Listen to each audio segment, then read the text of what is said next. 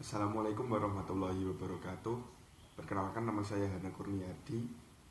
Di sini saya akan menyampaikan materi tentang kependudukan dan sumber daya manusia. Untuk anggota kelompok saya, yakni Latif Pujo Sakti dan Lutfiana Agustin Aisy. Yang pertama, saya akan menjelaskan tentang penduduk dan kependudukan. Penduduk adalah warga negara Indonesia dan orang asing yang bertempat tinggal di Indonesia. Sedangkan kependudukan sendiri adalah hal ehwal yang berkaitan dengan jumlah struktur, umur, jenis kelamin, agama, kelahiran, perkawinan, kehamilan, kematian, persebaran, mobilitas dan kualitas serta ketahanan yang menyangkut politik, ekonomi, sosial, dan budaya. Pengelolaan kependudukan dan pembangunan keluarga adalah upaya terencana untuk mengarahkan perkembangan kependudukan dan pembangunan keluarga. Untuk mewujudkan penduduk tumbuh seimbang dan mengembangkan kualitas penduduk pada seluruh dimensi penduduk, perkembangan kependudukan adalah kondisi yang berhubungan dengan perubahan keadaan kependudukan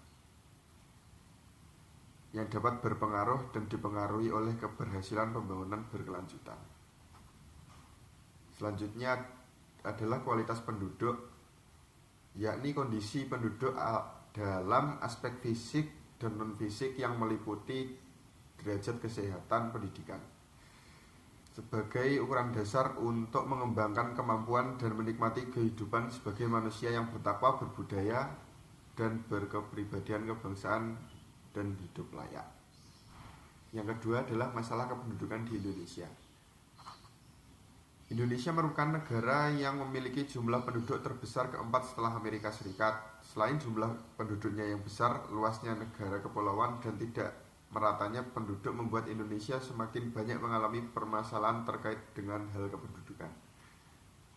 Tidak hanya itu, faktor geografi, tingkat migrasi, struktur kependudukan di Indonesia, dan lain-lain membuat masalah kependudukan semakin kompleks dan juga menjadi hal yang perlu mendapatkan perhatian khusus guna kepentingan pembangunan manusia Indonesia. Adapun masalah-masalah kependudukan yang dialami oleh Indonesia antara lain, untuk bagian yang demografis, yang pertama, besarnya jumlah penduduk, overpopulation. Yang kedua, tingginya tingkat pertumbuhan penduduk. Terkait dengan jumlah penduduk yang tinggi, tentunya terdapat faktor yang mempengaruhinya. Salah satunya adalah tingkat atau laju pertumbuhan penduduk. Yang ketiga, persebaran penduduk tidak merata. Kepadatan penduduk adalah jumlah penduduk di suatu wilayah dibandingkan dengan luas wilayahnya yang dihitung jiwa per kilometer kuadrat berdasarkan sensus penduduk dan survei penduduk.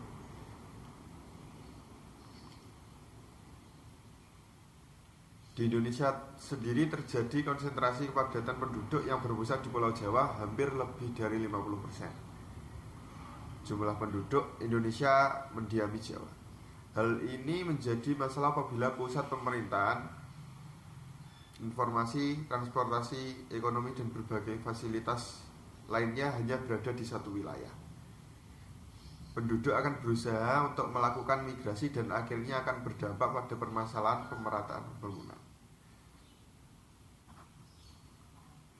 Faktor-faktor yang menyebabkan terjadinya persebaran penduduk antara lain kesuburan tanah, daerah atau wilayah yang ditempati banyak penduduk karena dapat dijadikan sebagai lahan bercocok tanam atau sebaliknya.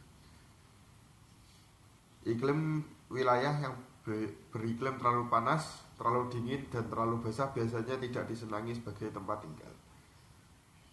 Topografi atau bentuk permukaan tanah pada umumnya masyarakat yang banyak bertempat tinggal di daerah datar. Sumber air, perhubungan dan transportasi. Yang terakhir adalah fasilitas dan juga pusat-pusat ekonomi, pemerintahan, dan lain-lain.